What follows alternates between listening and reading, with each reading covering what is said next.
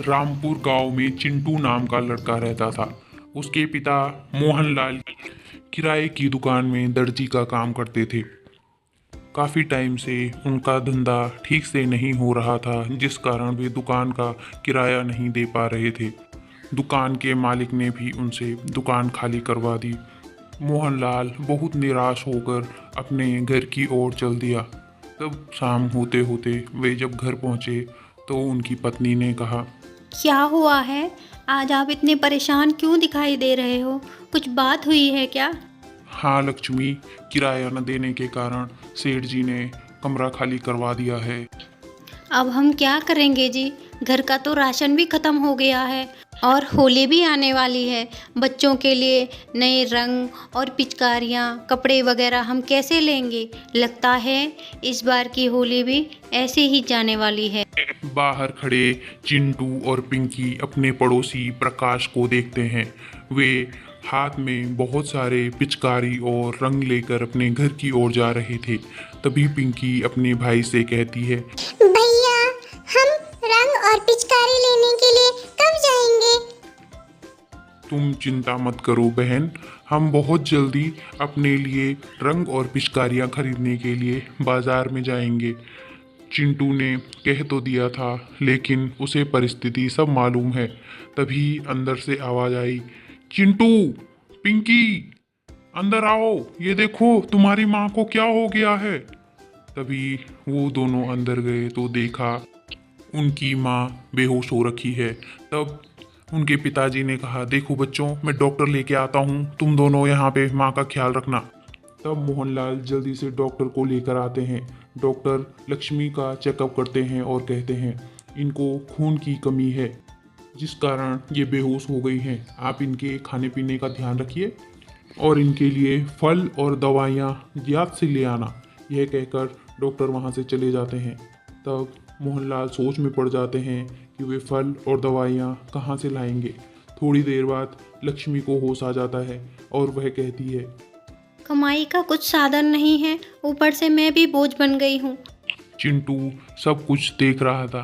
तब चिंटू कहता है, पिताजी, मैं माँ के दवाइयों और फल के लिए पैसे लाऊंगा, लेकिन आप मना मत कीजिएगा।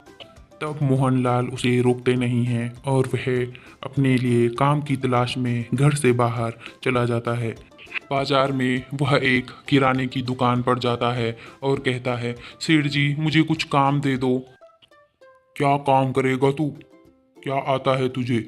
सेठ जी, आप कुछ भी काम बता दीजिए, मैं कर लूँगा। तब सेठ जी कहते हैं, वो झाड़ू उठाओ और बाहर का झाड़ू लगा दो, ग्राहकों के आने का समय हो गया है।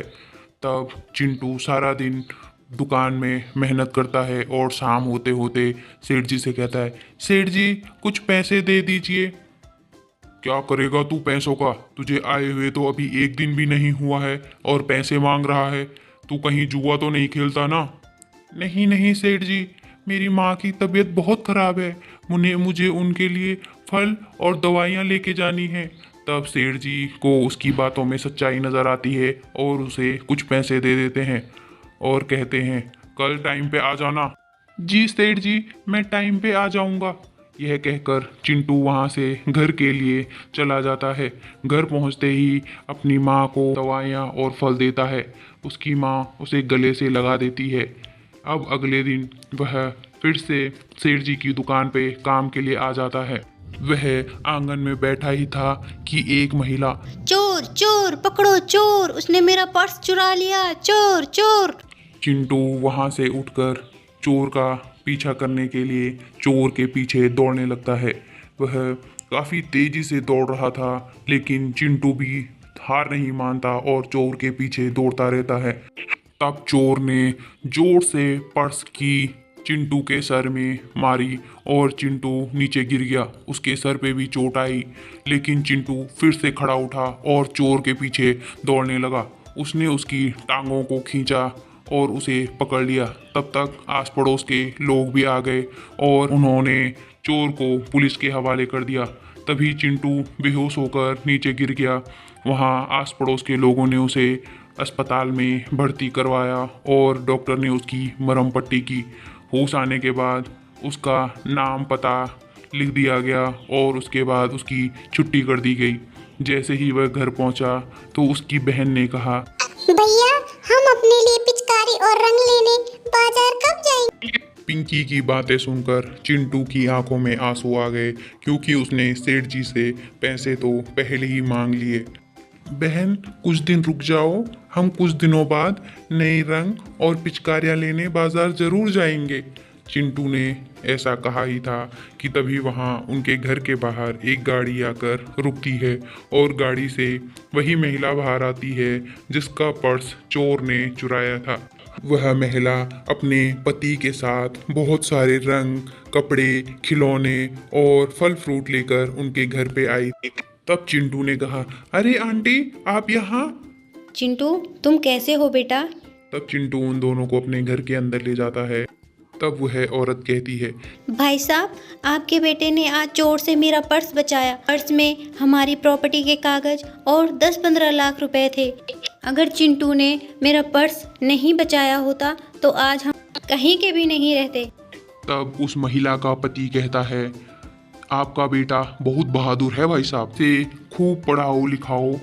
तब मोहनलाल उनको अपनी सारी व्यथा सुनाता है और कहता है उसके पास कोई काम धंधा नहीं है, जिस कारण उसे चिंटू को काम पर जाने के लिए हाँ बोलना पड़ा। तब वह आदमी सारे रंग और फल फ्रूट मोहनलाल को पकड़ाते हुए कहते हैं, मेरा कपड़ों का कारोबार है, आज से आप वहीं काम पे आना। तब वह महिला कहती है, भाई साहब आप बिल्कुल चिंता मत कीजिए, भाभी जी का हम अच्छे से अच्छे डॉक्टर के पास इलाज करवाएंगे और बच्चों को भी बहुत अच्छे स्कूल में पढ़ने के लिए भेजेंगे। आप बिल्कुल चिंता मत कीजिए। तब मोहनलाल हाथ जोड़कर उन दोनों दंपतियों का धन्यवाद ज्ञापित करता है और उसकी आंखों में आंसू आ जाते हैं और कहता है, आप दोनों हमारे लिए फरिश्ता हो। सीख, भलाई का नतीजा हमेशा अच्छा ही होता है। Please like, comment, share